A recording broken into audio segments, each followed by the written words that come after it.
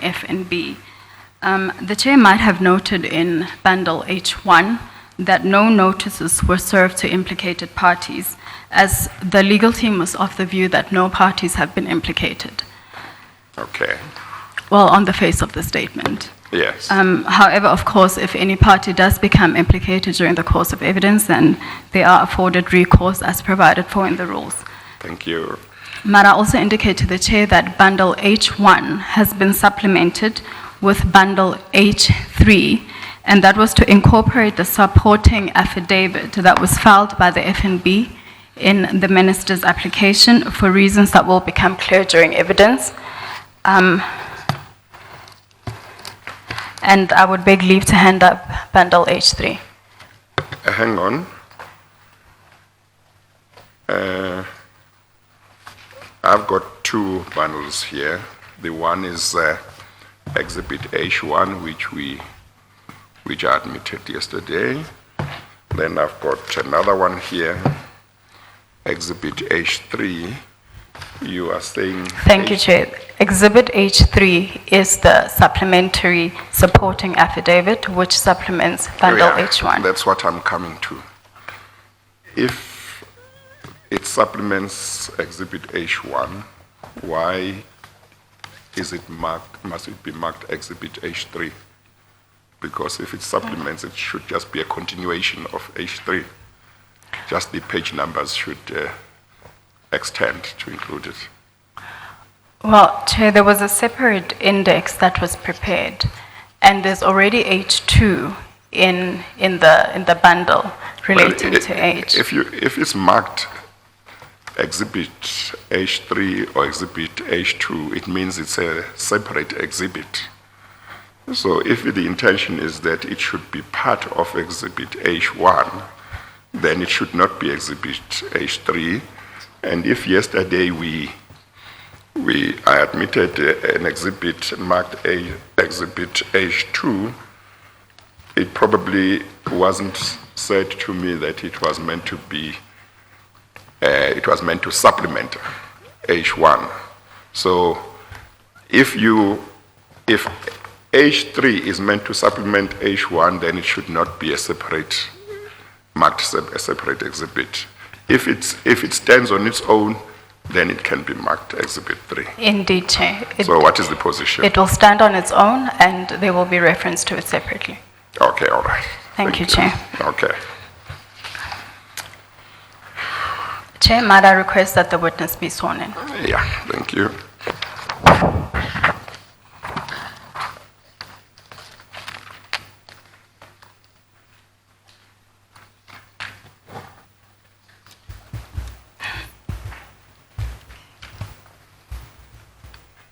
Please state your full names for the record. Johan Petrus Burger. Do you have any objection with taking the prescribed oath? No. Do you consider the oath to be binding on your conscience? Yes, I do. Do you swear that the evidence you will give today shall be the truth, the whole truth, and nothing but the truth? If so, please raise your right hand and say, "So help me God." So help me God. Thank you. Thank you, Chair. Mr. Berger, please refer to the bundle marked H1 before you. In this bundle, we will be dealing with the documents from page 166 to 170. Please turn to page 166.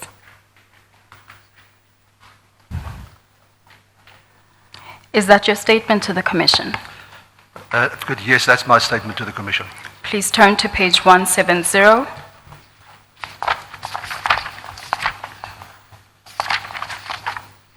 Is that your signature appearing on that page? That is my signature. And do you confirm the correctness of the contents of the statement? I confirm the correctness of the statement. Thank you. Mr. Berger, at the time of deposing to this affidavit, what was your role at FNB? At the time, I was the Chief Executive of First Rand Group, of which FNB is a division of, as many of the other brands within the broader group. And is this the current position you hold? I have recently stepped down as CEO of the group at the end of August. And do you hold any current position I in am First Rand? I now hold a non-executive role in First Rand. Okay, and what is your experience in the banking sector? My experience started with the First Rand Group, although it was a much smaller institution, 32 years ago in 1986 in the finance division, a CFO of one of the larger divisions. I progressed from being the CFO to running certain risk divisions within the group, progressed to running certain business units within the group, ultimately becoming the financial director of the group, progressed to being the deputy chief executive, and in beginning of 2015, the chief executive of the group. And are you legally qualified? Legally qualified, or I ask you what my professional... What are your professional credentials? Yeah, Yes. so I'm a chartered accountant by profession. So the answers that you would be giving, would they be from a business operations point of view? Yeah, I think it's very important that the answer to that is yes. As a chief executive, obviously we don't get involved in a lot of the detail.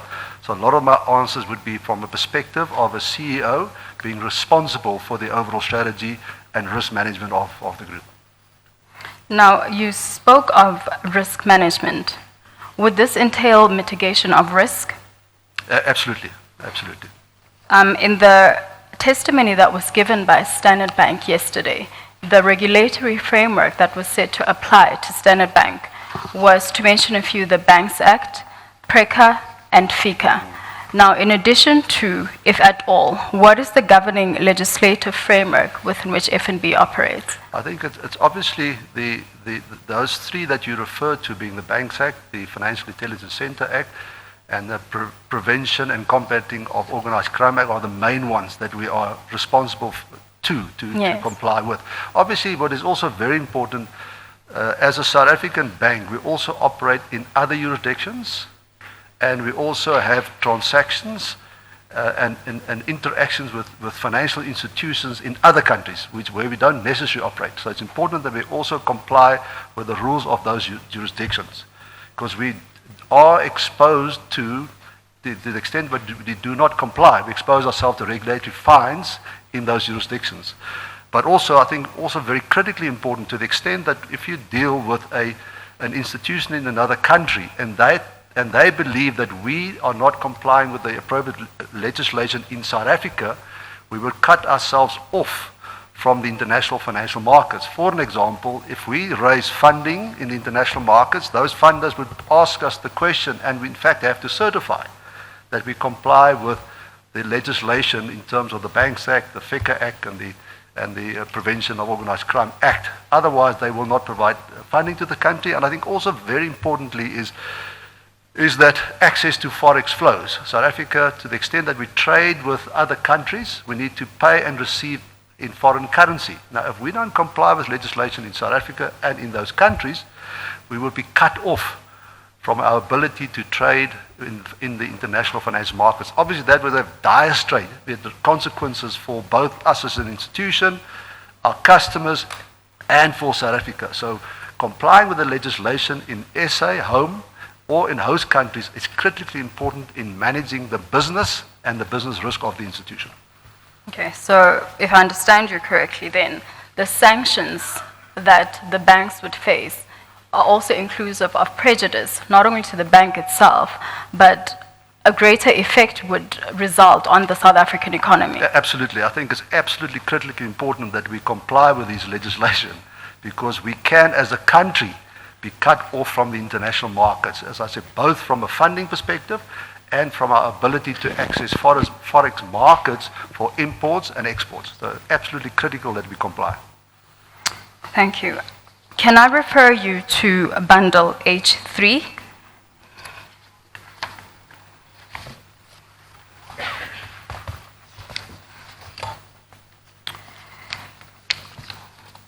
On page 1 of that bundle, there are several respondents that are cited there. Now, from this list of respondents, which accounts were closed by FNB? They were all closed. If you go to page 4, They were all closed other than certain mortgage accounts. The reason for not closing mortgage accounts, because those are long-term agreements, and customers can't necessarily repay a mortgage loan. Now, a mortgage loan, in what the average person would understand, is if you finance against your house and there's a mortgage over that house. So those are long-term contracts, and to the extent that the customer sticks with those long-term arrangements, those long-term arrangements just run down. But we do not allow additional activity on those accounts, but the account is not closed because it's not practically possible and legally possible to close a bond because it's a long-term agreement. Now, in paragraph 10 on page 4, you refer to the 12th respondent whose account was not closed. The explanation that you've just given, would that be what a mortgage redemption account is? Absolutely. It would be a loan secured by a mortgage over a property. Now, on paragraph 9, there are 5 accounts which are listed there. Do you confirm that the evidence that you've just given, insofar as the accounts that were closed, relates to those entities? Yes, they were all closed. For the sake of the record?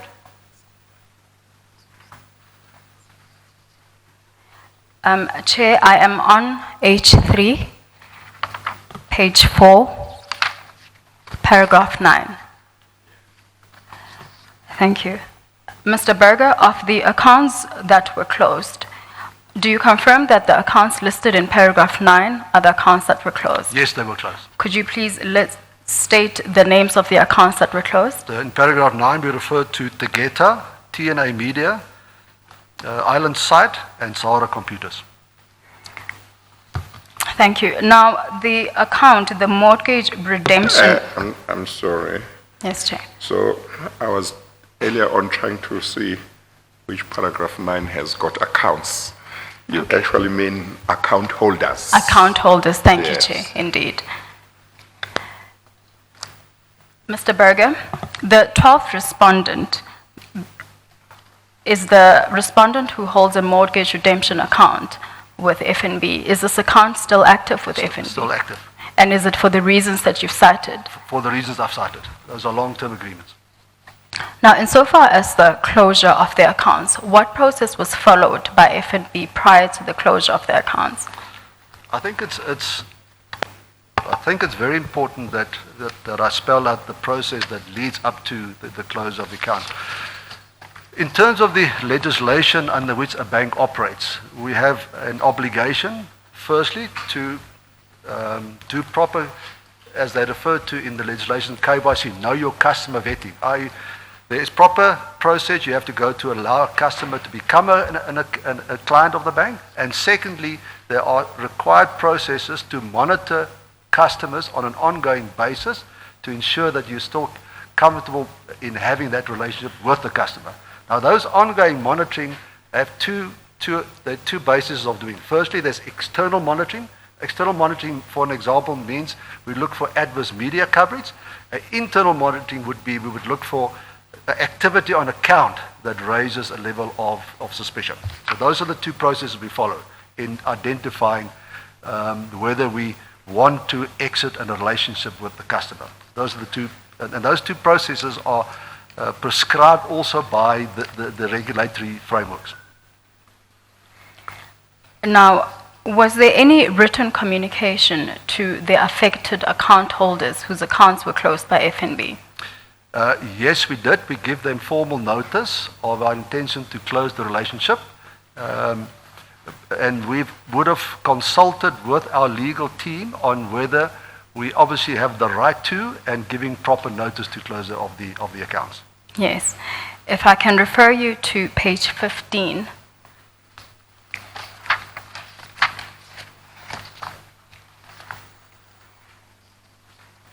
Page 15, annexure FNB1. Page 17, annexure FNB2. Page 19, annexure FNB3. And page 21, annexure FNB4. Were those the letters that were sent to the account holders whose accounts were closed? Correct. Can I also refer you to page 35 of the bundle?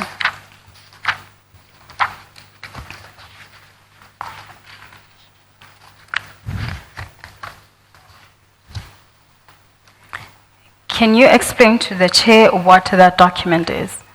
Yeah, this is then a document that I specifically prepared for the purposes of this testimony and to explain the process that we follow in deciding whether to exit a client or not exit a client from the institution. So you'll see the first column talks to origination. That refers to events, external or internal, that lead us to question whether we should deliberate whether the client relationship be maintained or exited. So that first thing is there's a origination process, i.e. what are the type of things we look at to decide whether we want to deliberate the continued relations with the client. So an example that we use there would be our client due diligence, which is required by regulation to do with an onboarding. Things like transactional monitoring. Is there any activity on the account that leads us to think that there are suspicious transactions on the account? The other one is adverse media. So we will look at external media, whether there's adverse media on a specific client, etc., etc. So we'll get, those would be trigger things that we look at to decide, let's deliberate that specific account, so which then goes from origination to deliberation. If it is escalated to deliberation, there's a specific, what we use internally, a POI forum. It's called the Person of Interest Forum, where these debates get held. Now this Person of Interest Forum is an independent committee set up by the board to review specific clients, whether we want to continue or just monitor a relationship or exit a relationship. Me personally, I'm not even a member of the POI. We could specifically set up as an independent body that can apply their mind to that specific question. But do we monitor, or do we continue, or do we exit that relationship? You'll then see the remediation talks to what do we do? Do we just monitor that account, or does the POI recommend that the bank exit that relationship? So that's the process we follow internally to come to decisions. There are trigger events, specific deliberations, and then a remediation action on that specific customer. Yes. Now, this flow chart, does this chart reflect the process that was pursued in closing the accounts of the Gupta-related entities? Absolutely, that was the process. That's the process that gets followed with any customer. I'm going to refer you back to page 15. This is one of the letters that was sent to the account holders of FNB.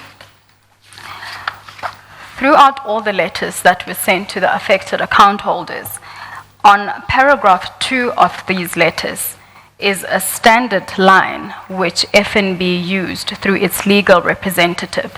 Can you please read that line for us? This is obviously written by the lawyers, referring to us as our client is entitled to terminate its relationship with you by giving you reasonable notice, and our client hereby gives you such notice. Now, in consideration of this letter in its entirety and the specific paragraph, is there anywhere on these letters where the reasons for the termination of the accounts is set out?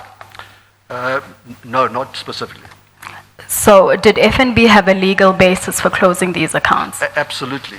We've relied on the Standard Bank case, which is also referred to in my affidavit. And also what's important, that case was referred to the Constitutional Court, and that was confirmed to be the legal basis on which banks are allowed to exit their relationship with clients. Now, the reference to the case that you are making, is that what is entailed in paragraph 12 on page 5 of the bundle, H3? Correct. It's the basis of Breedenkamp and others versus Standard Bank. Now, on page 23, still on H3, Annexure FNB5. Do you know what that document is? Yeah, that's the ruling from the Constitutional Court confirming, but let me read rather the last sentence. The Constitutional Court has considered the application for leave to appeal and has concluded that the application should be dismissed with cost, and it bears no prospect of success. And this is a judgment by the Constitutional Court in respect of the application for appeal in the Correct. bread and cup case. Correct. And is this consistent with what you have set out in paragraph 12 on page 5 of your supporting affidavit? Correct. Now, again, going back to the letters, you can choose any one of the letters, as I'm going to refer to a standard paragraph in the letter. Paragraph 6 of that letter speaks to communication with FNB in relation to either the closure of the accounts or any operational issue to the accounts, issue relating to the accounts rather, and that any such party must direct all such correspondence directly to the writer. Did FNB receive any written correspondence from any of the entities whose accounts were closed? Yes, we did, which is again, it's in the pack, it's on 25, Page 25. where we did receive a letter from Nazim Houad, the CEO of Oak Bay Investments, asking for reasons for the termination of the accounts. Now, on this letter, is there any contention insofar as the basis for closing the account? Not at all, they just asked for reasons. And did FNB provide these reasons? Yes, we did. We responded. And again, if you can guide me to the page numbers. I have the following letter on page 26, 26, marked annexure FNB 7. Correct. And if you read the paragraph, let me just find the right. Now, so if you read paragraph 3, our client took a careful and considered decision to close the bank accounts on various entities due to associated reputational and business risks. Those were the reasons provided to the client. Did FNB receive any further response to this letter? We did not get any response to this specific letter. Was there any further correspondence of any kind from Ye- Mr. Hauer? Yes, there was, which is, if I'm correct, Advocate, on page 27. There was at the time of the Ministers of Finance application, there was an additional letter which was directed by the lawyer of the client. But that was subsequent. It was not as part of our correspondence to him giving reasons for the closure of the account. The minister's application you're referring to, would that be the supporting affidavit you deposed to in support of the application? Correct. And did FNB respond to this letter on page 27? Yes, we did. And if I'm correct, on page 30, FNB 9.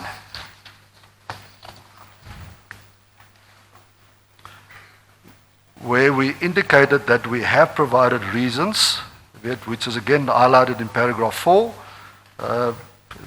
decision to close the bank accounts due to the associated reputational and business risk. And I think more specifically, I think important, the request that they made regarding reporting of suspicious transactions to the FIC. We made it clear under paragraph 6 that information we are not entitled to provide to any third party. We're only allowed to provide that to the FIC, not to any third party. When you say information related to suspicious transactions, Correct. could you elaborate for the chair on that? Was there certain information that was requested from FNB? No, banks have an obligation to report suspicious transactions to the FIC. Yes. Now, was this information requested from FNB? In the letter previously, the client asked us to supply this information, which we responded by saying we are not legally entitled to provide him with the information that we've provided to the FIC. And this request was made on the letter on FNB 8, page 27. Correct. Now, there was repeated mention by FNB of reputational and business risk. Can I turn you to page 31, all the way to page 34? Firstly, can you explain what are those documents? These are documents that I prepared as part of my preparation for this testimony. Just to give more clarity on these two specific topics. because Which those two specific topics? Of reputational and business risk. I think I've specifically prepared those two to give a bit more color and explanation as to what do we mean by reputational risk and business risk. Now, without reading word for word from these documents, can you please explain to the Chair what FNB's understanding or stance is insofar as reputational and business risk? I think that the Chair, I think one should put it into three buckets when we talk about reputational risk. If one does not comply with the regulatory framework of the country in which you operate, there will be reputational risk associated with non-compliance. There will also be reputational risk if a bank conducts in activities which are regarded by stakeholders as immoral, illegal, unethical. Or an institution will suffer reputational risk if its client base are involved in activities that introduce reputational risk onto the institution. Those are the three broad definitions. I think it's absolutely critical that the reputation and trust of a financial institution is sacrosanct. Financial institution will not survive if its reputation and trust is not absolutely intact. That's why it's so critical that a bank, even the legislation prescribes banks to make sure that they manage reputational risk, because the negative consequences of negative reputational risk on the institution has dire consequences on the business and the ability of the business to survive in the future.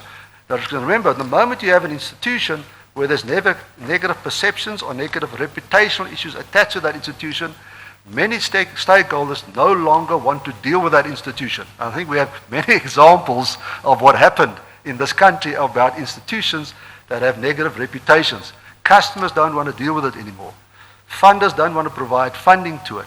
Regulators impose sanctions on it. Foreign funders don't want to provide funding to the institution. There are many big negative business risk associated with negative reputational risk. So that's why, to us, we cannot afford as an institution to have negative reputational and the consequential business risk.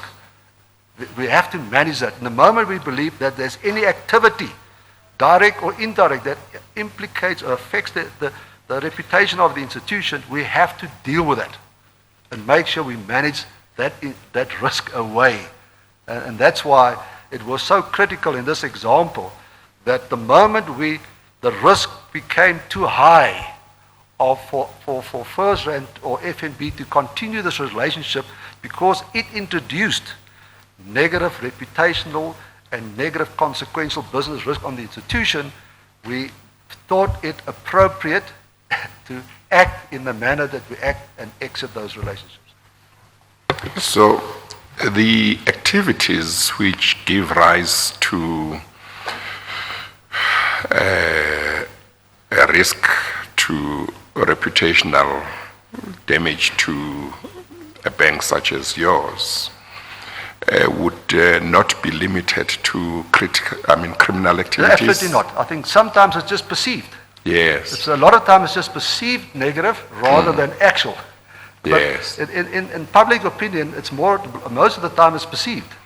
And if you don't manage those perceived risks, you are going to suffer negative consequences in your business. So that's why it's absolutely sacrosanct for us as an institution that number one things we manage is reputation and trust. Because without those two things, I think a financial institution finds it very difficult to do business. And because we are dealing with we have a fiduciary responsibility to depositors and we look after savers' money. Trust is absolutely sacrosanct. And our reputation is absolutely sacrosanct. Without those intact, it's very difficult to operate domestically and internationally. Thank you, Chair. Now, on page 31, the second bullet point, you state there that the reputational risk arises if people form a negative perception. Now, having heard what you've said, am I correct to say that the idea behind the negative perception would be in the ordinary meaning of something being perceived, whether it's actual or not? Absolutely. Sometimes the perceived risk or perceived negative reputation are sometimes more dangerous than the real ones because people make up their own. Yes. They create their own view of the facts. Okay. Is reputational risk concerned only with illegal activities? it can be sometimes perceived as being illegal, not actually illegal. Because I think it's very important that sometimes the stakeholders that an institution like FirstRand has to manage, the moment there's a perceived negative reputation, you cannot tolerate that, and it has to be dealt with. Can I ask this question, seeing that the activities that a bank would look at include activities that are not necessarily criminal. If, for example, there was, say, a political party or an association or organization that took a certain view on the politics in the country and advocated for certain things, would that be a good enough reason for a bank if it thought that association with that political party could damage its risk? Would that be a good enough reason for it to close, to refuse to open any accounts for that organization? Chair, I think that not per definition it would be, but I think any institution would take very due care before it takes such a decision, whether it would bank or wouldn't bank it. But I mean, by the fact that you're a political party doesn't disqualify you immediately. But I think that there would be proper deliberation, as I described, in the institution, and what is the policy when it comes to providing bank accounts or banking facilities to political parties. Those would be form part of an internal deliberation. But it can't merely disqualify you. Well, but as a principle, would it be correct that what you have said means that there could be a political party or organization with whom a bank would refuse to have an association because of its views politically? If the bank thought that its views would cause reputational damage. If we believe an account could lead to reputational risk for the institution, we wouldn't open that relationship. If we believe that could have negative reputational impact on the institution, we would not open that relationship. But I think it's just important, Chair, that being a political party doesn't immediately disqualify you. No. Obviously, I accept that, because I'm sure the political parties that operate in South Africa have got banking accounts with different banks in the country. But I'm emphasizing the views or objectives of a political party that, from what you have said, it looks like one could find a situation where a bank says this political party or this organization stands for certain things with which we can't associate as a bank because it would pose reputational risk to us. Therefore, we refuse to have any association with them.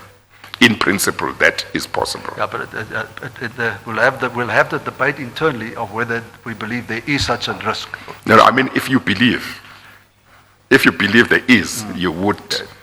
That would apply to any account holder. Yeah. Any account holder, yeah. not specifically to a political party. Any account holder. Yeah, because what I'm trying to establish is the principle you follow. Yeah.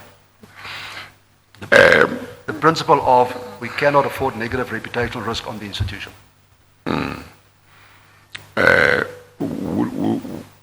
Would you be able to say whether, for example, individuals or organizations that might be perceived to be racist would fall within the category of... I think Chair, I wouldn't like to speculate on how we would deal with every type of account. Yes. I really wouldn't like to speculate on how we would deal with specific accounts. But isn't racism one of those things that a bank such as your bank would not want to be associated with. No, agree. And then I would have thought that internationally and nationally, if you as a bank were seen to be associated with, say, a racist organization, that should pose reputational damage. And therefore, in terms of the principle that you have told us, the bank should be looking at terminating any relationship with such people. Chair, I think that's important. I think that can we stick to the principles rather than the specifics? I really don't want to delve into specifics. No, Mr. Becker. No. No, you can't get off the hook just like that. The way to test the soundness or validity of principles is precisely to put up facts, to see how they are applied. Are they applied consistently or not? Chair, and let me respond that way. We will always apply these principles consistently in whichever situation we get faced with. We'll apply the same principles to every new account or an existing account that we need to monitor. We'll apply our principles consistently. But I would have thought that it must be a very easy answer to give to say any organization or individual that espouses racism, a bank would not want to have any association with that person because a lot of people would not want to interact or associate with us if we are seen to be associating with racists and so on. Agree. Okay, all right, thank you. Thank you, Chair. Mr. Berger, staying on page 31, on the fourth bullet point on page 31 of your document, there are 3 entities that are listed there, and following that and before that are 2 bullet points. Can you please explain what the relevance of this information is? Chair, what we were trying to is, again, I prepared this for my own purposes. What we showed examples of what can happen to businesses that have a negative reputational risk associated with them and in dealing with specific clients. Now, the KPMG, Bank of Rhoda, McKinsey are examples of what happened, negative reputational risk associated with that entity, and what negative business consequences followed that reputational risk. A lot of clients no longer did business with these entities. So those were examples that you were providing. Those are just examples. Thank you. We now move on to an invitation that FNB received. Can you turn with me to page 169 to 170 of bundle H1? I know you prefer to call them bundles, and many of us do, but if we want to be consistent and not confuse anybody who might read the transcript later, maybe we should just say Exhibit H1, Exhibit H3, so it's consistent that we are talking about the same thing. Indeed, Chair. Thank you very much. Exhibit H1, Mr. Berger, from pages 169 to 170.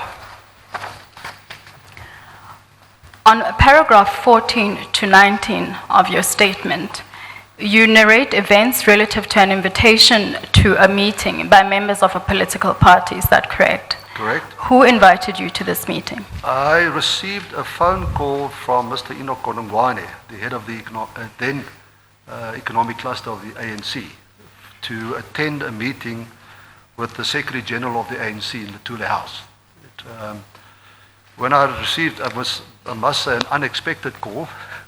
When I received the call from him, I indicated to him that I was out of town and would only be available for such meeting later that week, and he should make contact with me rather, because I think that was the Monday, Tuesday, he should rather make contact again with me by the Wednesday to discuss the meeting. And when I made contact with him again on the Wednesday, I asked him, please, can he just give me information on who would be attending the meeting, the purpose for the meeting, in a request to properly prepare myself for the discussion. I think it's in nobody, well, I don't go to any meeting unless I understand who's attending, what is the agenda, and what is the purpose of the meeting. So I asked him to just, please, can he supply that information to me? I asked him again in fact, I supplied a series of SMSs between myself and Mr. Enoch Konongwane on that. I supplied him, SMS'd him, requesting him to confirm to me whether the meeting was still going ahead on the Thursday morning, if I'm correct. I asked him again. He later that evening confirmed to me that there was no longer a requirement for me to meet the Secretary General of the ANC in the Thule House. So got the request for the discussion, as I said, unexpectedly. I didn't quite understand why I got the invitation. Asked for, but I couldn't immediately make myself available. I was only available from the Thursday. I asked for him, please, to provide me with the attendees, the agenda, so that I can properly prepare myself. I asked for confirmation whether I was still required to meet the SG the next morning on the Thursday morning. He confirmed back to me that the meeting was off. I SMS'd him back to say that I hereby confirm that the meeting is off and I'm no longer required to appear at a meeting with the SG in the Thule House. And that was the extent of my interaction with a political party through the SG of the ANC in the Thule House. Okay, Mr. Burger, I'm going to take you back a bit. On your initial contact, what was the communicated purpose of the meeting? It was about the closure of accounts. And this would be what is reflected on paragraph 14 on page 169 of your statement. Correct. He was informed that he was setting up meetings with the CEOs of the banks to discuss the closure of the accounts. Was it specified which accounts? Well, it was the Gupta accounts. It was referred to as the Gupta accounts. In your communication? In my telephone communication, not on the SMS. When I spoke to him the first time, because the SMSs only start subsequent to my telephone discussion on the 18th or the 19th. Now, did you know who would be in attendance at the meeting? Not at all. Hence me asking him, please, can he provide information as to who would be in the meeting? And what was the purpose of you seeking to know who would be in the meeting? As I said earlier, I think that I don't attend any meetings if I don't know who the attendees are and what the agenda and purpose of the meeting is. Because I need to prepare myself. Otherwise, I come to a meeting unprepared. Now, Mr. Burger, there is screenshots of SMSs between yourself and Mr. Godongwana. Chair, I would beg leave to hand up these screenshots as H1A.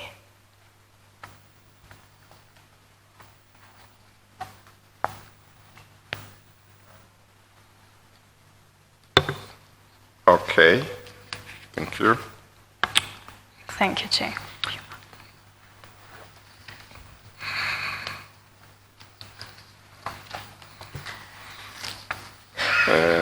Did you say you are asking that the document containing the SMSs be marked H1A? Yes, Chair. Okay, this document will be marked as Exhibit H1A. Thank you, Chair. Mr. Burger, from your statement on paragraph 18, you indicated there that the meeting did not take place. Correct. What was the reason for this meeting not taking place? I have no idea. I requested that Mr. Konongwane confirm that the meeting was still on. He came back to me and said the meeting was off. And this was following your inquiry into who would be attending the meeting, as well as the agenda of the meeting. Correct. And this is what is reflected on paragraph 17 on page 4 of your statement. Correct. they say, attending the meeting, the agenda, and able to, so that I could prepare myself for the meeting. Having received communication that the meeting was off, did you communicate any further with Mr. Godongwan? Not at all.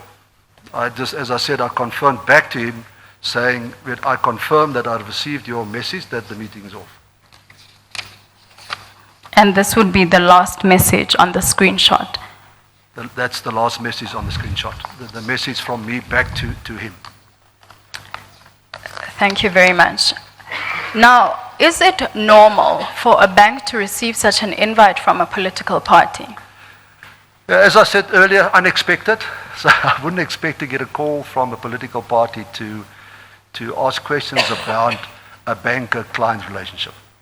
So yes, it was unexpected. And in my 32 years as a banker, first call I ever got from any political party on asking questions about a banker-client relationship.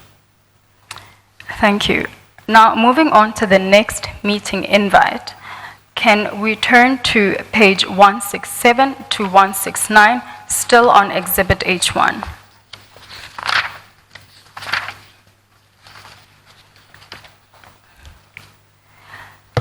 Again, there you set out events relative to an invitation for a meeting by the IMC. Pardon me, is this correct? IMC, yeah. Now, who did you receive this meeting invite from? From the acting secretary of the IMC, Ms. Kellerman, sent me the invite to attend a meeting. I got the request on the 22nd of April for a meeting to be held on the 25th of April. Now, can you turn with me to page 171, annexure F and B1? Yep. Would that be the meeting invite you received? That was the first invite we received. You can see it's also directed at FNB, who had the relationship with the client, but because these matters are dealt with at an institutional level, I redirected to them that I would be the responsible person to deal with the matter. Now, what was the communicated purpose of this meeting?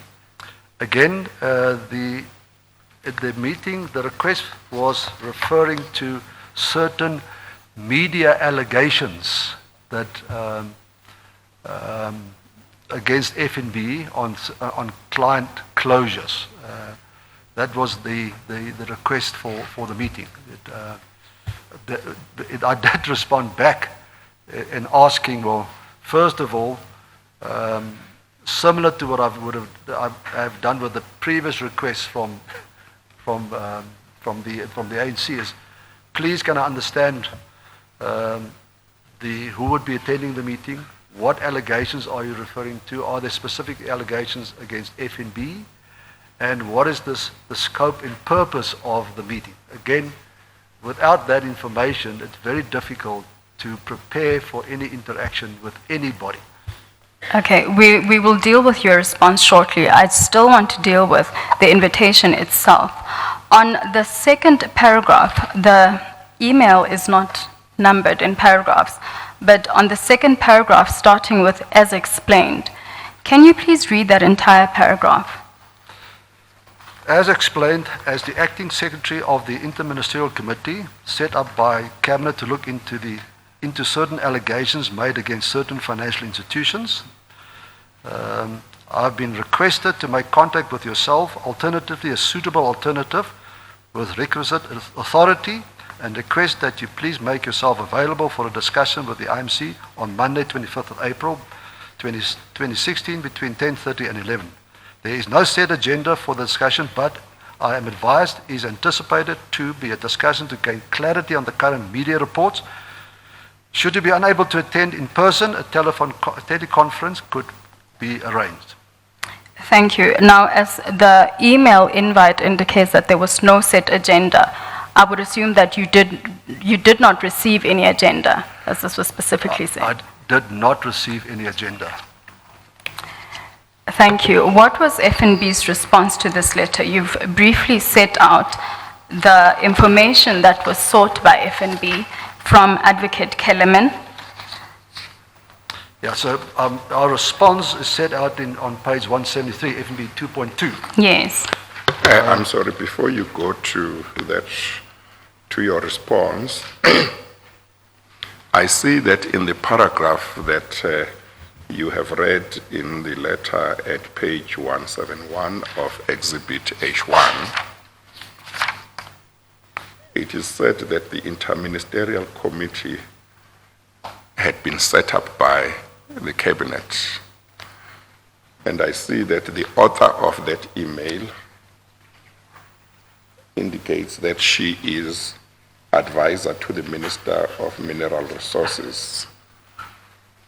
Am I correct that you would have understood that the interministerial committee that sought to meet with you was a creation of the cabinet?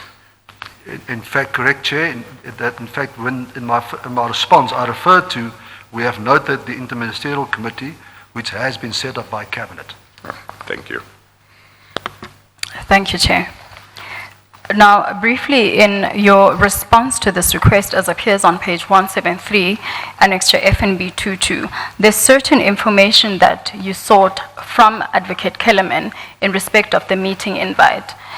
Now, you have just set out that you sought information on who would be attending, the allegations that the IMC is looking into, the specific allegations against FNB, and you further mentioned of the nature and scope of the process. Now, for what purpose did you seek this information or found it necessary? Again, Chair, it was important for me to, as I explained in previously, when you attend meetings, it's always important to understand who would be attending, what is the purpose for the meeting, what is the agenda for the meeting, so that you can properly prepare yourself, and then otherwise you don't have a productive discussion. That was the critical thing for me, to make sure that I go into a discussion properly prepared to make it a productive discussion, so that both parties can benefit from the interaction, rather than going into discussion unprepared without understanding the purpose. I guess also it's important so that if some of the people who will attend are people that you really don't want to meet with, you can make up your mind whether you are going there or not. Absolutely. I think if they were, and again, if for an example, if I got a list and there were people on there that were not part of the IMC, or people that should be part of the IMC and weren't there, that I can make up my mind whether I'm going to attend or not attend.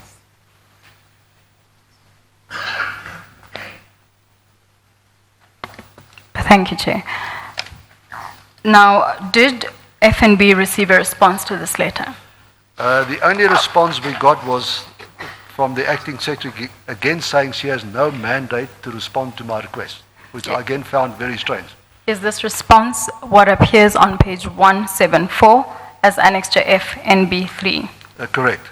It clearly says, as the acting secretary of the committee, I'm not mandated to respond to the questions raised in your email, and the reply suffice to note the following, which is a repeat of things he's previously said. It's an IMC set up by cabinet, and it's looking at allegations of client closures. Nothing new.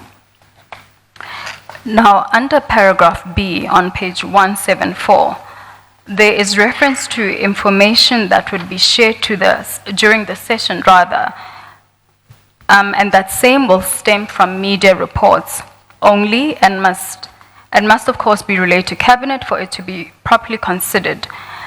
Now, were you aware what media reports were being referred to? Not at all. In fact, in my first response, I asked them which allegations are they referring to, and are there any specific allegations leveled at F&B? But we asked for that clarity, and that wasn't provided. And you responded to this letter. Is that the response you're referring to? Yeah, I responded. My response again is attached in 176. Annexure FNB 4.2. 4.2, yeah. Yes, and in that letter, what are you seeking? Again, I'm saying thanks for her email. We had anticipated that we would be given the requested information in order to allow us to meaningfully prepare for the meeting with the IMC. In light of the fact that we do not have the clarity and given current unavailability, we respectfully at this time decline the invitation for the meeting on the 25th of April 2016. And this information is the information that you set out in your letter on page 173. Correct. Where you seek information as to who would attend, Pending allegations. agenda, etc.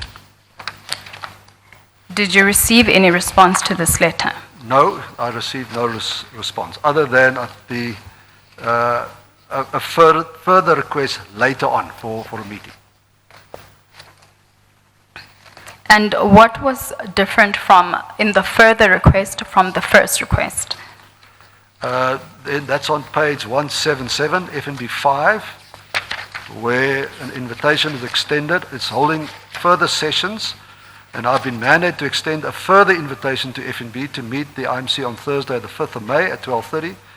I am now mandated to further advise as follows. The IMC consists of the Minister of Labour, Communications, Mineral Resources and Finance. The engagement will take the form of a discussion with the bank representatives. The scope of the discussion will center around public comments made by FNB. We did not make any public comments. Let me make that point very clear. Around the discussions taken by the institution to close bank accounts of certain of its clients. Whilst Cabinet appreciates the terms and conditions of the banks, the Act may deter potential investors who want to do business in South Africa. In fact, the contrary. To the extent that we not comply with international and local laws, you will scare away foreign investors. Cabinet has endorsed the Minister open a constructive engagement with the banks to find lasting solution to the matter. I don't know what solution they were referring to, because I didn't know what problem they were trying to deal with. Yes. Now, still on paragraph B, did you have an understanding or an appreciation of the terms and conditions of the banks that were referred to in the IMC's letter? No, not at all. And did you have an understanding of the acts that were referred to that may defer potential investors? No, not at all. And you've just stated that this lasting solution that was to be adopted, that it flowed from a problem you did not know exist or you were not familiar with or aware of. I was not aware of the problem that they were trying to solve, so I didn't know what the solution was that they were trying to find for the problem. Thank you. And did you respond to this letter? Yes, I did, I think, which is the FNB 6, page 178, Advocate. Chair, you'll see that, should I read from that my response? You can paraphrase it. I responded back by saying, whilst we are prepared to engage with the IMC, we can only do so on the following basis. Firstly, whilst we can discuss the regulatory framework under which banks operate, we will not debate any client-specific matter with the IMC, because that would actually be illegal. We can't discuss client-bank relationships with any third party. And the second thing we then added, secondly, we will only meet with the IMC if all the IMC members are present, in particular the Minister of Finance. Remember, they confirmed that the Minister of Finance was part of the IMC, as he is the responsible minister for the legislative framework under which banks operate. We'd like written confirmation of the Minister of Finance's attendance ahead of the meeting. We look forward to your response. Now, on your request of confirmation of the Minister of Finance's attendance, did you receive this confirmation? I received no response to my request. No response to this letter? Other than the same, I do not have any authority or mandate to answer any of your requests.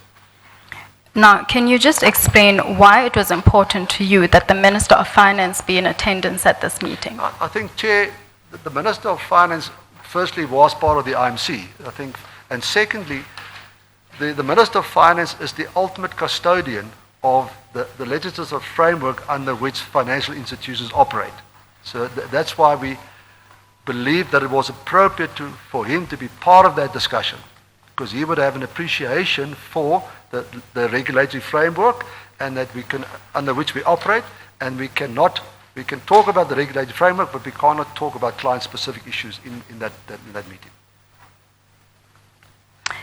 Now, having to post to the supporting affidavit in the minister's application, which is Exhibit H3, you are obviously well acquainted of the bases upon which the application was made.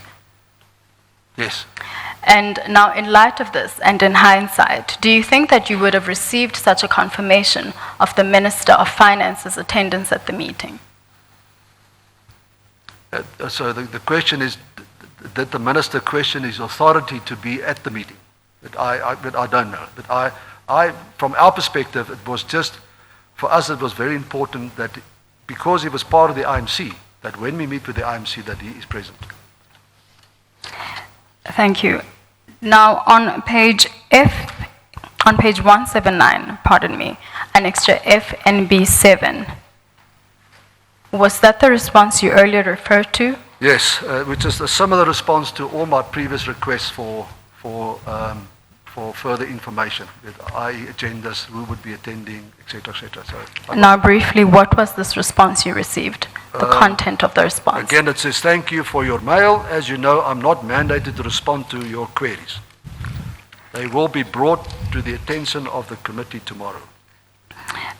Now, this correspondence or response from Advocate Kellerman was the third round of correspondence that FNB had with the IMC, and having set out more than once information relating to the meeting and the bases upon which FNB would attend, what was your impression of her response, of her not being mandated to respond to your queries?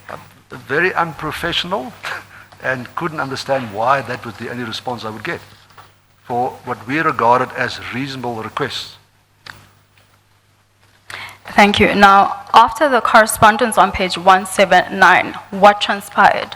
Was there any further correspondence from the IMC? No further correspondence. We just responded and said that because we haven't received the information we've requested, we will again decline the meeting to attend. This response that you're referring to, is that what appears on page 185 as Annexure FNB9? Correct. Thank you. Now, in conclusion, and what impression were you left with after receiving invites of meetings from both the ANC as well as the IMC? Now, I think that, as I said earlier, with in my 32 years in banking, this is the first time ever I've received requests from a political party or an interministerial committee to want to discuss banker-client relationships. So I think that to me was the unexpected. I really didn't expect for any third party to want to question that relationship between bank and client.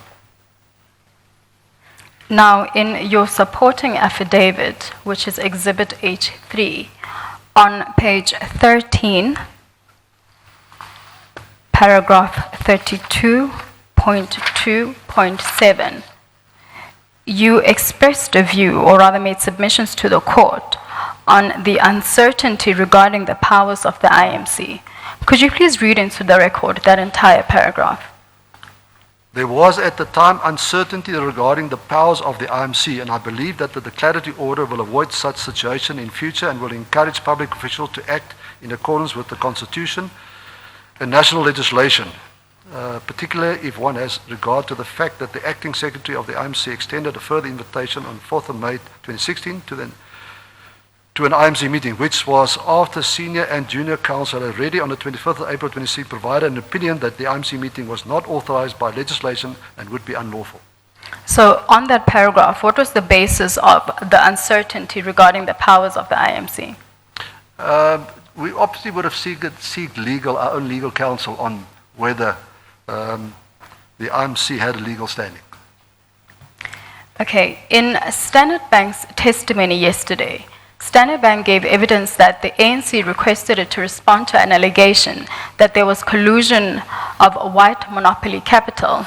And to remind the Chair, this appears on page 106 at paragraph 19.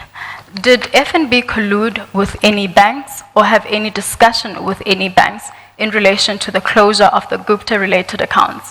I categorically deny any collusion or interaction with any bank regarding our decision to close accounts of the Guptas.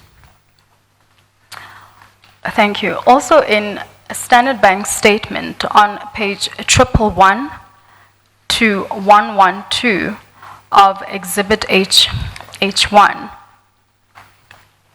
at paragraph 31, there is reference made to certain recommendations which had been announced by Minister Zwane, then Minister Zwane. Do you accept that these recommendations could have affected FNB? And do you have any comment on the nature of these recommendations? I think the mere fact that recommendations by the Minister of Mineral Resources into the operating of financial institutions is a worrying statement to be made by Minister Zwane. I think it's worrying that statement could be made. And why is it worrying? I think that because that ultimately the Minister of Finance and other regulatory bodies are the appropriate regulatory oversight institutions to deal with those matters. Thank you. Chair, unless there are any other further questions, this would conclude. I may have missed it, but I don't seem to remember that you asked him to confirm his affidavit to which you referred a few minutes ago. I know you asked him about a particular paragraph. I don't know if you asked him to confirm that that's his affidavit filed in whatever matter. I believe I did, but for the sake of certainty, I can certainly request him. Mr. Berger, can you refer to page 1 of Exhibit H3? H3 is the smaller one. That would be your supporting affidavit. Correct. Do you confirm that this is your affidavit? I confirm that is my affidavit. Can you refer to page 14 of that affidavit? I can confirm that is my signature. Can you confirm that that is your signature, and do you confirm the correctness of the contents of this affidavit? I confirm the correctness of the affidavit. Thank you, Chair. Thank you. You were given, I assume, Exhibit H1A. That is the exhibit that appears to have SMSs between yourself, I think, with Mr. Kotongwana. That Exhibit 1A has got 4 pages. Should only be 2 pages, Chair. Oh, I have got 4 pages. Was I given 2 extra pages? Well, the 2 extra pages don't seem to have SMSs, Yeah, but Chair, only the first 2 pages has the SMSs. yeah.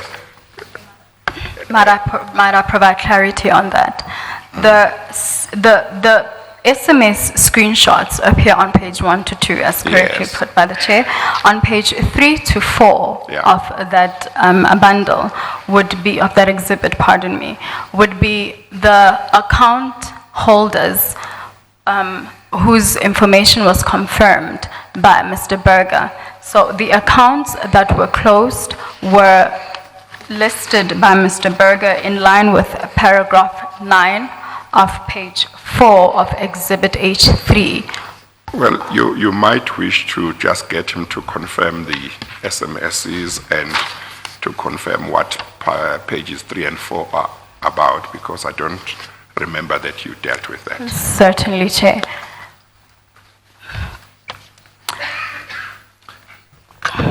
I did deal with the SMSs, Chair, but for the sake of certainty, I will deal with them again. Mr. Berger, the first 2 pages... I'm sorry. If I recall correctly, you may have dealt with them in terms of him simply telling us, without reference to this document, what SMSs he received. I think you need to direct him to each one and he will confirm who it came from or who it went to, who sent it.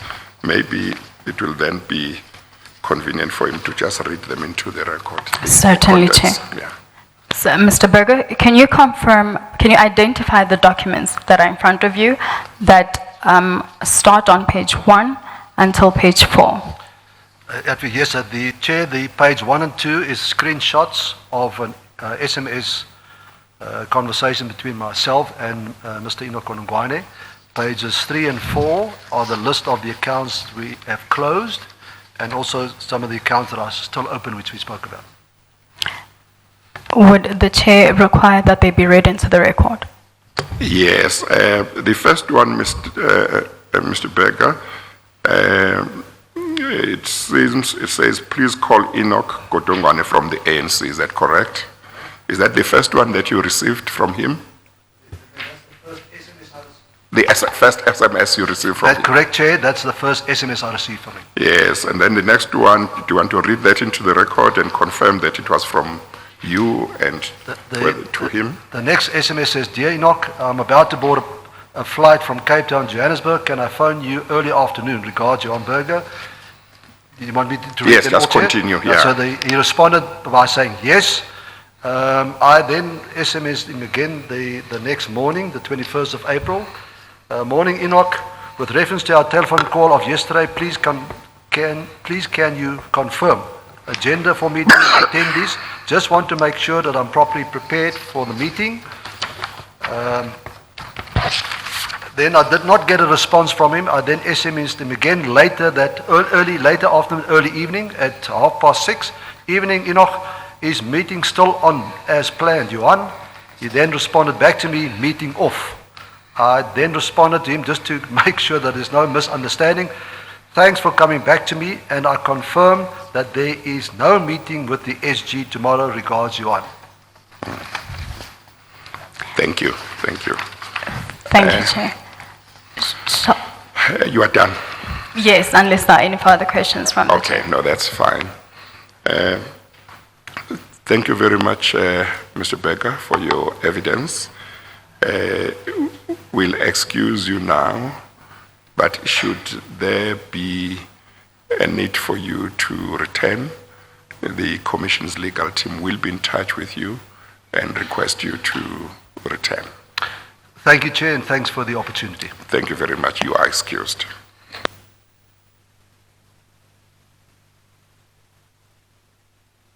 Mr. Pretorius? Chair, it may be convenient to take the long adjournment now and return at Yes. 1:45, but if you want to start with the next witness, we can now.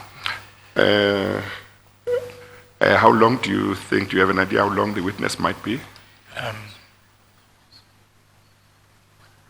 About an hour, I'm told. About an hour. Well, maybe let's start with the witness and use this 10, 15 minutes or so, and then please. continue later on. Thank you.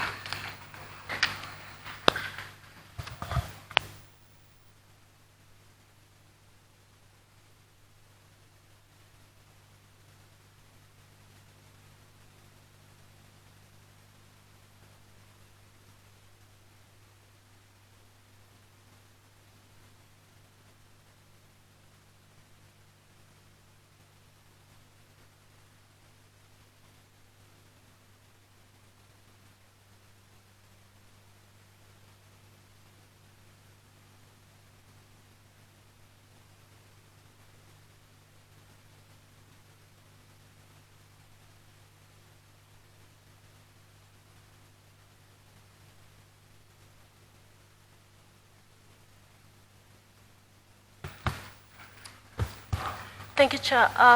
The next witness will be Ms. Yasmin Masitela, who is the representative of Absa Bank. Thank you. Oops. I still need to master the microphone. Yes. So we ask, Chairperson, we're still continuing with term of reference 1.7, Yeah. may I ask that the witness be sworn in? Registrar, please swear the witness in.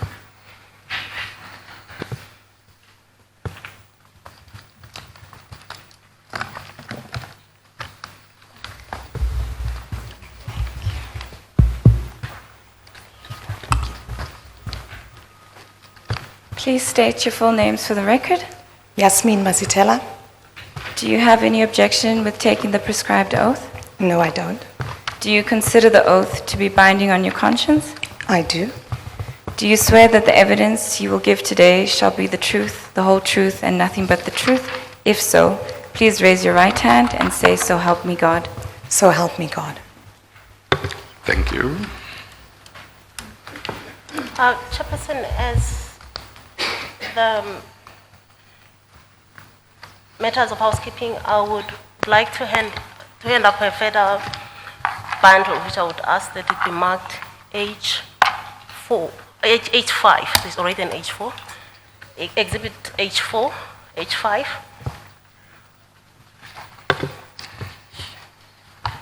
Can I beg leave that it be handed to the witness as well? Will you do it? Thank you.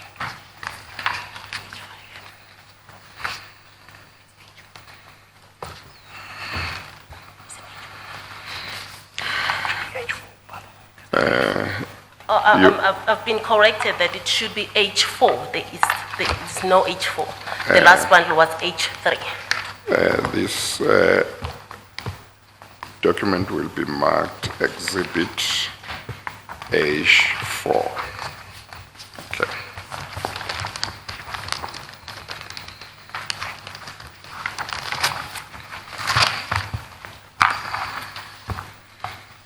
And there is another document that I would also would like to hand up, Chairperson, and make it Exhibit H5. It's a one page.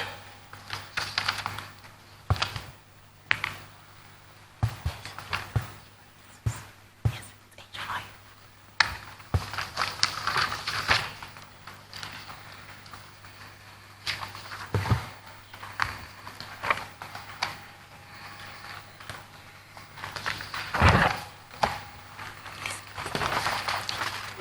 This document will be marked Exhibit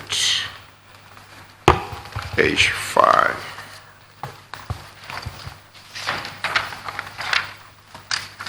Thank you, Chair.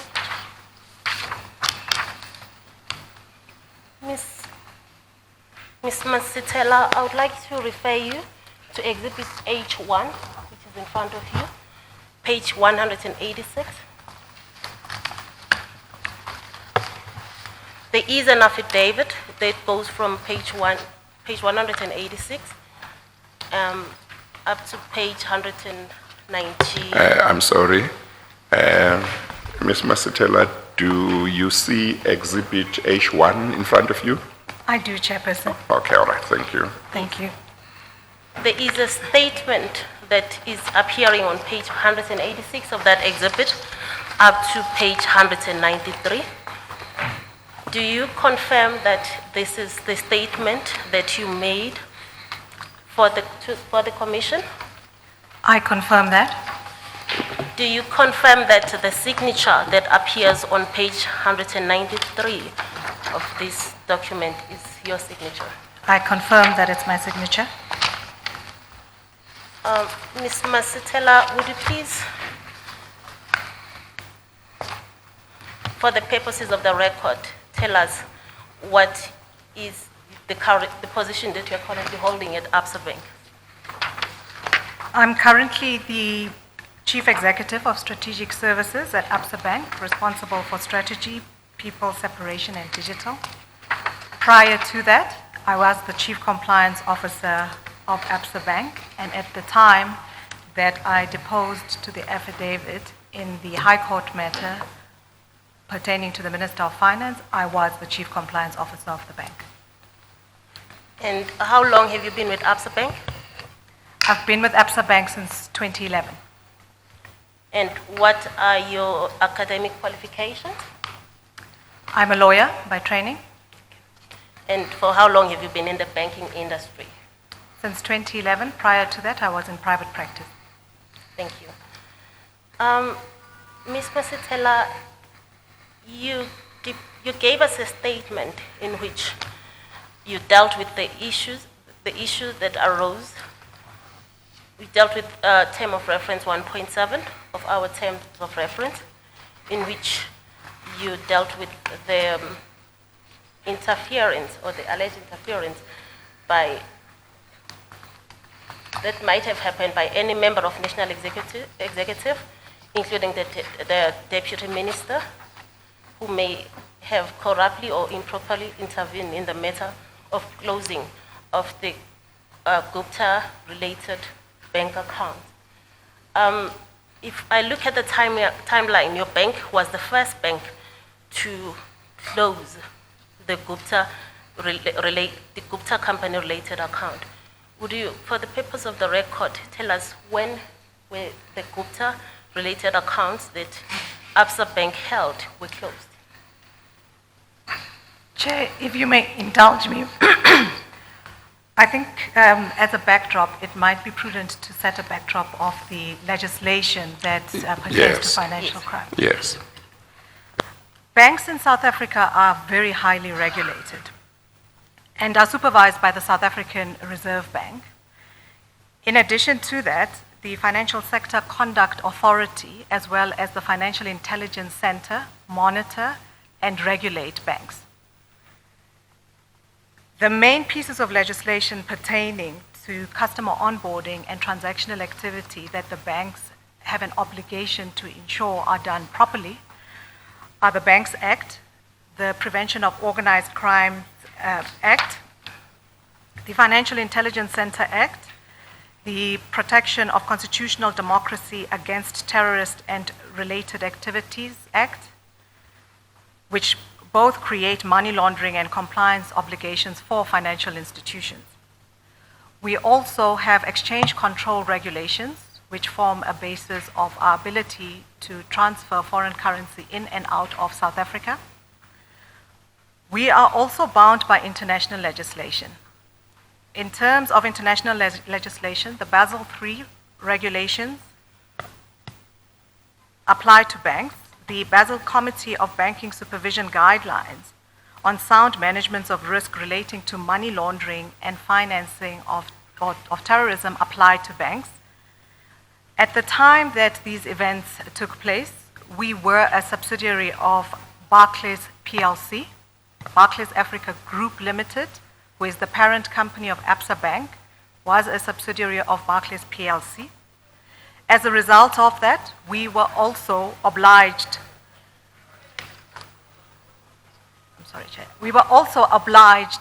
to follow international laws pertaining to money laundering and terrorist financing. In that regard, Chair, we fell squarely within the regulatory ambit of the Financial Conduct Authority in the United Kingdom, the Prudential Regulatory Authority in the United Kingdom, as well as the Department of Justice in the United States of America, and the Federal Reserve, amongst others. We also have internal policies that guide us on how we implement risk management practices to allow us to ensure that the bank is not used for any unlawful activity or does not facilitate any unlawful activity. South Africa is a member of the Financial Action Task Force, commonly known as FATF, which is an intergovernmental body established by the G20 and is responsible for the development and promotion of international policy and standards to combat money laundering.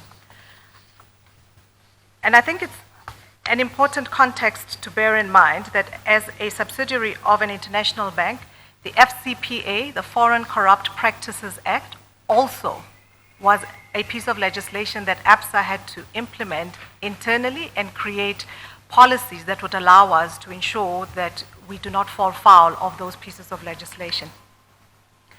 Chair, I'd like to refer you to Regulation 36 under Section 90 of the Banks Act. And in that regard, can I ask the Chairman to go to H4? H4.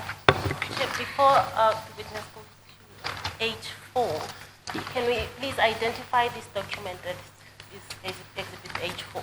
Exhibit H4, Chair, is my affidavit on behalf of Absa Bank in the High Court matter pertaining to the Minister of Finance.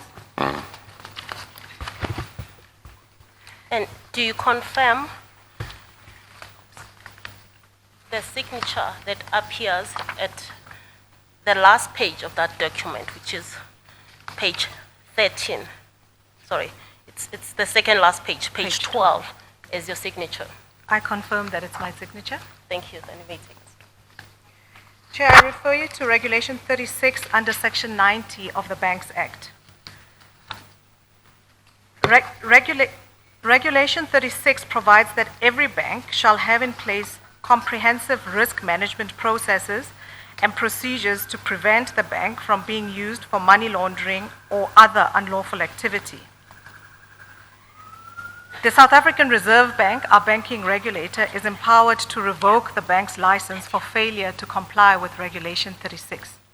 It's an important context because, amongst others, the Banks Act and various pieces of legislation require us or provide the financial services structure within which banks operate. And non-compliance with those pieces of legislation can lead to sanction, possible revocation of our license, and by sanction, a financial sanction, as well as a revocation of our license and criminal sanction, including personal criminal liability, which I, as the compliance officer appointed in terms of Section 60A of the Banks Act, would have applied. It would have applied to me too. Which meant that part of my duties were to ensure that we had a sound risk management system to allow us to be able to ensure that the bank did not allow itself or its system to be used for any unlawful activity. Thank you, Ms. Masasela. Sir, I've been informed that it's now 1 o'clock. May we take the lunch adjournment until 2? Yes, we are going to take the lunch adjournment. We'll resume at 2 o'clock. Thank you. We adjourn.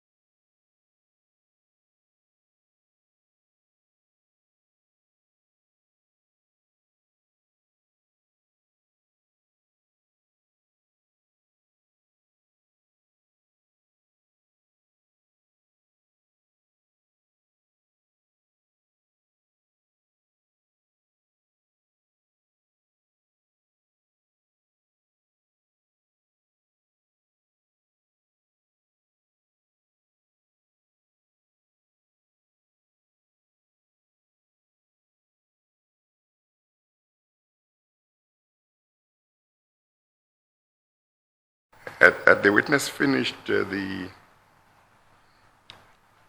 legislative framework that she was dealing with? You had finished? Yes, Chair. Okay, all It right. is. Thank you. Thank you, Chair. Thank you. Yes, would you please give us what informed your decision to close the Gupta account? You have dealt with this issue on the affidavit that is marked as Exhibit H4. Would you please just give us a summary of what informed your decision?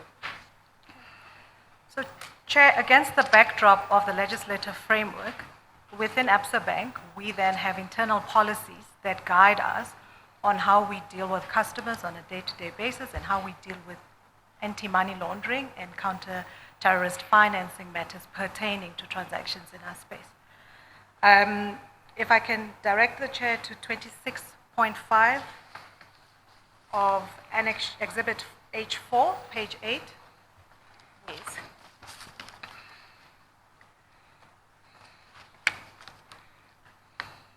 Absa Bank, as a subsidiary of Barclays PLC, followed the Barclays PLC AML, anti-money laundering policy and standards, which stated that high-risk customers, including politically exposed persons, as defined in Guidance Note 3A of the FIC Act, Yes. undergo enhanced due diligence at customer onboarding and annually. So in other words, we took our customer base that were considered to be high-risk customers, and on an annual basis, we would do reviews of those customers and assess them in accordance with our policies and standards and our risk management framework. I'm sorry. I don't know whether you have moved a little bit. Before lunch, I could hear you quite clearly. Maybe you bring the mic closer to you. Okay, thank you. Thank you, Chair. Failure by Absa to adhere to customer due diligence requirements and to implement adequate financial crime controls would have exposed Absa and its holding company at the time, Barclays PLC, to regulatory sanctions. Accordingly, we had quite a strict policy of doing annual reviews on our high-risk customer base, and our regulators, the South African Reserve Bank, would, when doing on-site inspections, ensure that we adhere to our own internal policy against the backdrop of a regulation. To ensure compliance with international and South African law, Well, don't feel obliged to read. If you can give the evidence without reading, all the better, and Thank you. only go to the affidavit if you wish to refresh your memory. Okay. Chair, in respect of the affidavit, I think it is important that I read out 29 That's fine. of the affidavit. As part of our normal annual review process, within our corporate and investment banking business, the Oak Bay companies would have been part of that review.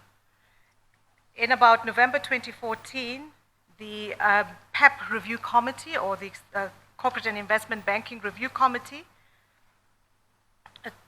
took a decision that we would exit the company and related parties. And the reasons behind that, So, Ms. Masitela, what did you say that PEP stand for? politically exposed persons.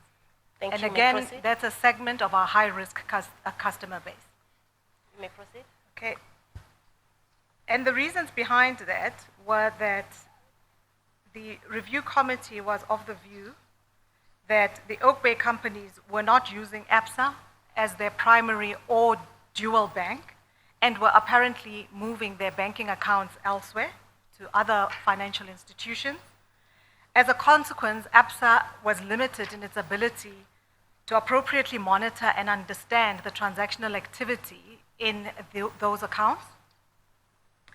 There was also evidence of large unexplained transfers of funds between the Oak Bay companies and related parties at other banks. As already indicated, Absa could not account for these transfers in accordance with its obligations. Furthermore, the revenue received by Absa from the portfolio at the time had declined materially over the years, and the costs of fulfilling its monitoring obligations in respect of this account had accordingly been significant. And there was also adverse media that was in the public domain regarding the Oak Bay companies and related parties, which increased the reputational and conduct risk arising from a continued relationship with these companies and Absa Bank. And it is on that basis that the committee, having gone through a thorough risk management process and a due diligence of all those accounts, took a decision that it would terminate those accounts. Ms. Masitela, if I may refer you to Exhibit H5, could you please identify that document for the record? I think you must also raise your voice. If I may refer you to Exhibit H5, would you please identify that document for the record? Exhibit H5 is a list of entities and account numbers that Absa exited at the time. Yes. I could see there are names of companies as well as individuals. What informed, you said these were the entities that held the accounts with Absa. Yes. And were these the entities whose accounts were closed by Absa? So if you look at the declarator and the list of entities that are listed in the declarator, we had at the time taken a decision to exit those companies. Yes. Our internal policies require us, in accordance with international standards, to look at related parties and associated parties. Yes. In respect of accounts that are being exited. And in that regard, we would have looked at directors and shareholders of those companies. So the individuals listed in that list would be individuals who either had a shareholding of 10% or above, or were directors of those entities. Thank you, Ms. Masitela. If I may take you back to Exhibit H1, page 187. That's your statement that you made for the commission.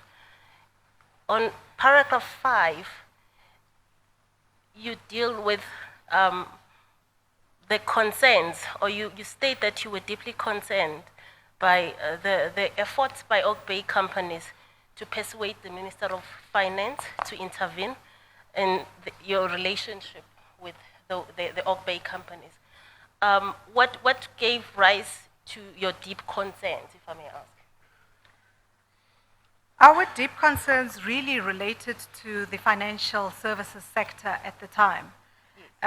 You'll recall, Chair, that as a result of the Minister of Finance application, it's quite clear that the executive may not interfere with private client relationships, but even more important was that financial crime laws and financial crime regulation work on the basis of non-interference of the relationship between a banker and its client. So the confidentiality between a banker and a client is sacrosanct. And any interference to that relationship or interference in the bank's ability to execute its duties in applying the laws and interference with their risk management processes, we feel would have been detrimental not only to Absa Bank, but to the financial services sector as well as South Africa as a whole. Yes. At the time that the declarator was in process, you'll recall that the FIC Amendment Act was a piece of legislation that had been passed as a bill. Yes. Concurrently, the Financial Action Task Force was also doing a review of South Africa in determining whether South Africa had sound systems and controls to ensure that we wouldn't expose the South African system as well as the international banking system that uses South African banks as correspondent banks to allow for payment of foreign currency both in South Africa and outside of South Africa to risk. So as a correspondent bank ourselves, Yes. we are the subject of due diligences by clearing banks, which are international banks, in their determination of whether they would do business with us. And that determination also looks at whether the country has the ability to uphold its own laws and whether our own system allows us to uphold our own laws. We felt that an interference by the executive into that space would not only be detrimental to Absa Bank's ability to maintain its correspondent banking status, but would also impact on the South African financial services system and impact on how we would be perceived in terms of controls in money laundering, combating money laundering and financial crime-related matters by international countries and international laws. Thank you. I believe that that is what you have said in paragraph 6, 6.1, 6.2 That's correct. of your statement. That's If, correct. for the benefit of a layman on the street, what is a correspondent bank? What do you mean when you say yourself as a correspondent bank? So I think Standard Bank had also articulated that, Chair, but a correspondent bank is a bank which in one country is authorized to provide services on behalf of another bank in another country.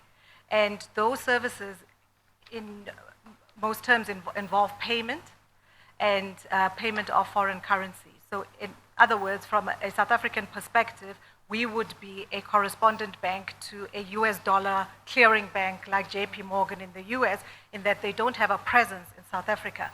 But customers of Absa Bank can access foreign currency on the basis that we are a correspondent bank of JP Morgan and can therefore transact in foreign currency. Thank you. We now know that at least 2 months after you closed the bank, the Gupta-related bank account, you were approached or you were invited to a meeting with the ANC and NEC. Would you please state for the record who were present in that meeting? Thanks, Chair. For the record, the persons present at that meeting were members of the ANC NEC, being Mr. Gwede Mantashe, the Secretary General, Mr. Enoch Gondongwana, Ms. Jessie Duarte, and Mr. Krish Naidu, who I believe attended as a legal representative at that time. And who invited you to this meeting? The previous day, the 19th of April, I am informed that our CEO attended a meeting of BLSA, that's Business Leadership South Africa. At that meeting, she was approached by Mr. Gwede Mantashe to come to the meeting the next day, and we list in our affidavit what the rationale for the meeting was. Thanks. Can you please, for the record, state what was discussed in that meeting, and also tell us what was your take of this meeting? Thanks, Chair. At the meeting, and if I may chronologically run you through what Yes. happened at the meeting was opened by the Secretary General of the ANC, Mr. Mantashe, who indicated that the meeting was not to discuss client and customer information, predominantly because our CEO started the meeting by making it explicitly clear that should the meeting involve discussing client confidential information, we would not be able to partake in it. In fact, to use her words directly, she said it would be a very short meeting if Yes. we're discussing client confidential information. On that basis, Mr. Mantashe reiterated that the meeting was not to discuss client information, but to discuss the Breedenkamp judgment and its application and consistency of application. Also to understand the effects of account closures on other companies and businesses, and to also understand the regulatory framework within which the financial services sector operates, in particular in relation to financial crime-related matters and exiting of clients. Yes. During the meeting, our CEO ran through the pieces of legislation that Absa Bank follows in order to ensure that we work within a regulated framework. Yes. She also mentioned that Absa Bank is a significantly systemic bank. And if Absa doesn't follow its laws and doesn't follow the laws of the country in managing financial crime matters, the impact would be to more than just Absa. You know, the banking system is based on trust. And that trust is on the belief that legislation would prevail and that we would not, as financial services companies, indulge in any unlawful activity or allow our systems to be used for unlawful activity. Yes. And I could see that the issue of collusion with other banks was also raised. on the meeting. It was. Yes. In fact, we spent the bulk of the meeting with our General Counsel, Mr. Charles Wheeler, discussing the merits of Breedenkamp with Mr. Krish Naidu. And the meeting of collusion, or rather the NEC raised the issue of alleged collusion by the banks. We were quite clear and categoric that we have our own risk management systems. We do not discuss any client with any third party, including any other bank. We do not discuss any issues relating to exiting of clients or with other banks. In fact, we have quite rich training in the bank to give guidance on what you do if you are ever in a position where you'd find yourself in an industry body and somebody raises something pertaining to a client that you cannot partake in, and our policies would request any one of Absa Bank's members to record the meeting and leave the meeting. So we do not discuss any information pertaining to a client with a third party. Thank you, Ms. Masisela. You were also invited to a meeting with the IMC. I'm sorry, Ms. Buthelezi, can I just add that we referred Mr. Mantashe to regulators because it is a very You may serious proceed. Thank you. allegation to make, and we have a very clear competition law process and competition law regulation in South Africa. So we referred Mr. Mantashe to regulators, in particular the Competition Commission on the SARB, if he was concerned about that, but certainly it is not something we would partake in at all. It is completely outside of any framework that we have in the bank, and we would discipline any individual who partook in any discussion with a third party around a client. Thank you. You were also invited to the meeting with the IMEC. The letter inviting you to this meeting appears on page 194, and it appears to be similar to the letter that was sent to FNB that was dealt with earlier. I'm interested at your response, which appears on page 196 of this exhibit. Would you please tell us what is it that you requested from? Sorry, you don't want her to deal with that letter first. Maybe she should. Yeah. Chairperson. Okay, Maybe- let's start maybe should with do, the yeah. letter. Would you please, for the record, read this letter that was sent to Absa Bank inviting them to attend a meeting with the IMEC? You can start On so on page 194. Yes, you can start at a paragraph. Well, she might, or depending on what you want, she might not need to read the whole letter, but she might be able to just give the gist of what the Yes. contents say. Thank you, Chair. We received an invitation on the 22nd of April, 2016, from Ms. Advocate Zarina Kalaman, who from her signature in the email stated that she was the advisor to the Minister of Mineral Resources and acting secretary of the IMC to attend a meeting on Monday, the 25th of April, at the offices of the Minister of Mineral Resources. And outlined in the request was the request to discuss or gain clarity on current media reports, which we were asked to appear on. Thank you. And what was your response? It appears on page 196. Our response, as appears in page 196, was to request an understanding of the nature of the discussion anticipated, to allow us to prepare accordingly and to determine the attendees from our side.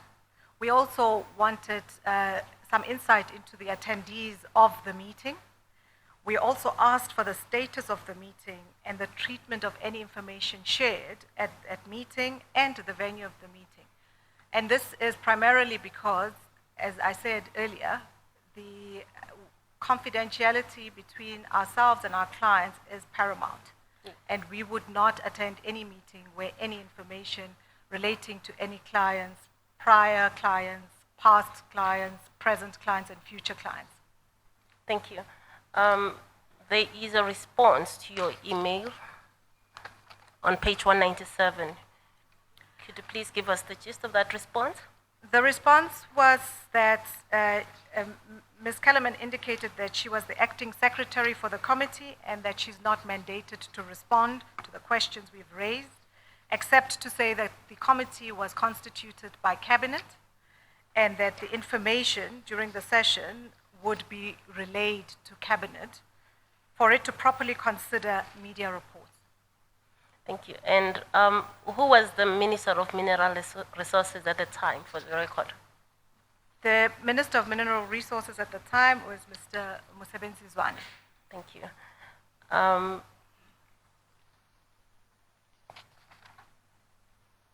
Then there is your response that appear on page 198. Could you please tell us what was the decision then of Absa? Absa respectfully declined the invitation to the meeting as we did not feel that we understood the nature of the meeting and we did not feel that our questions were adequately responded to. Thank you.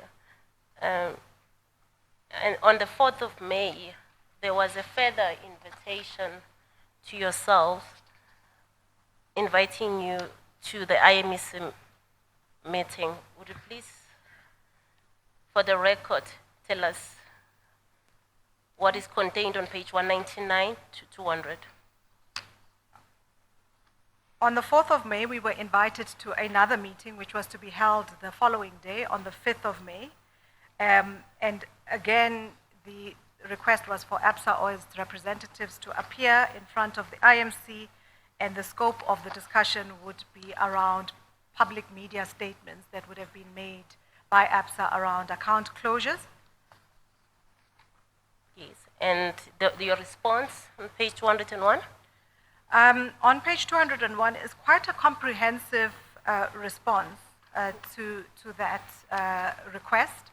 Yes. And our response really just directed the IMC to the fact that Absa does not discuss client confidential information, and that to the extent that any media reports were made by Absa, they would be to confirm that we do not discuss client confidential information in the public domain or with third parties.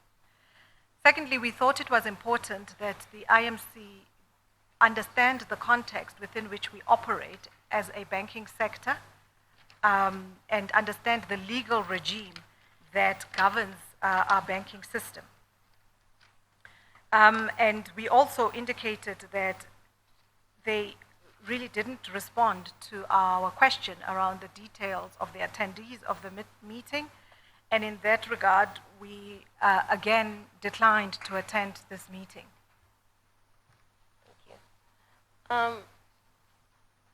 Ms. Masitela, if there was a successful interference with your relationship with the Gupta-related entities, what would have been the implications of such interference on yourself, the country, and South African economy? Yeah. Chair, I just would like to refer you back to my statement about being deeply concerned. And I think Yes. that just reiterates what the impact would have been on Absa Bank. It would have meant that Absa would allow their risk management processes not to be followed and allow deviations, which would then result in a decision that falls outside of our risk framework to be taken and keep clients in the banking system that we would not ordinarily would have made. It would have exposed us to sanction because it would be a clear deviation. There is no legislation in this country or international legislation that allows the executive to interfere in private client relationships.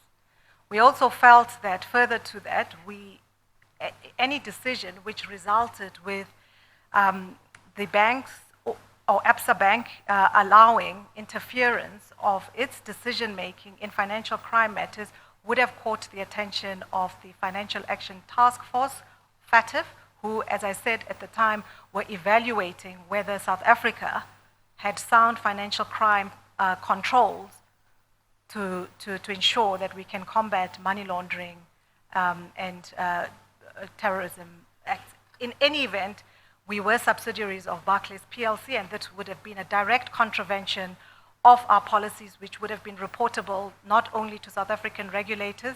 In my role as Chief Compliance Officer, that is what I would have done, reported to the South African Reserve Bank. I would have reported to the Financial Conduct Authority in the UK, as well as the Department of Justice in the US, that this has in fact taken place, because it would have been outside of the regulatory framework, both local and international. Thank you, Ms. Masitela. On page 198, that is your response to Ms. Kellerman's letter, on the second paragraph from the bottom, you refer to appropriate authorities. You're saying Absa, as a regulated bank and responsible financial institution, we are obviously more and willing to cooperate with all appropriate authorities. Who are these appropriate authorities? What do you mean by that?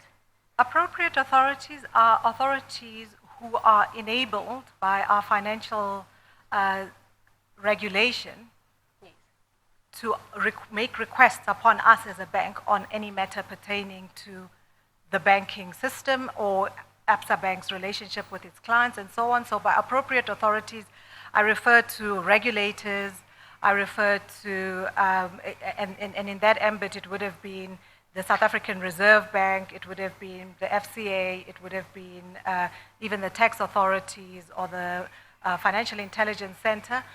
But we did not deem the committee to be an appropriate authority. Thank you. We did not understand the constitution of the committee, and we certainly did not understand why the committee would be interested in client bank accounts. Thank you, Ms. Masitela. Chairperson, I think that will be all from me, unless if there are specific questions that Chairperson wants me to address. Thank you very much. Ms. Masitela, we will excuse you for now. If you are required to come back on some future date, the legal team of the Commission will be in touch with you. Thank you very much for coming to the Commission to share your evidence. Thank you. You are excused. Thank you, Chairman. Thank you. Thank you.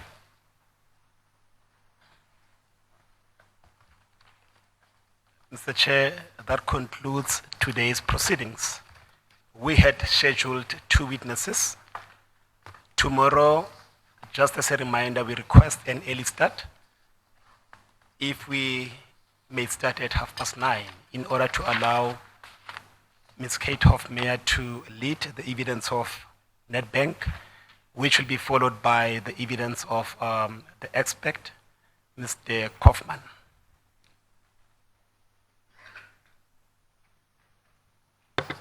Okay, that's in order. Thank you very much. We will adjourn today's proceedings and we'll resume tomorrow at 9:30. Proceedings are adjourned.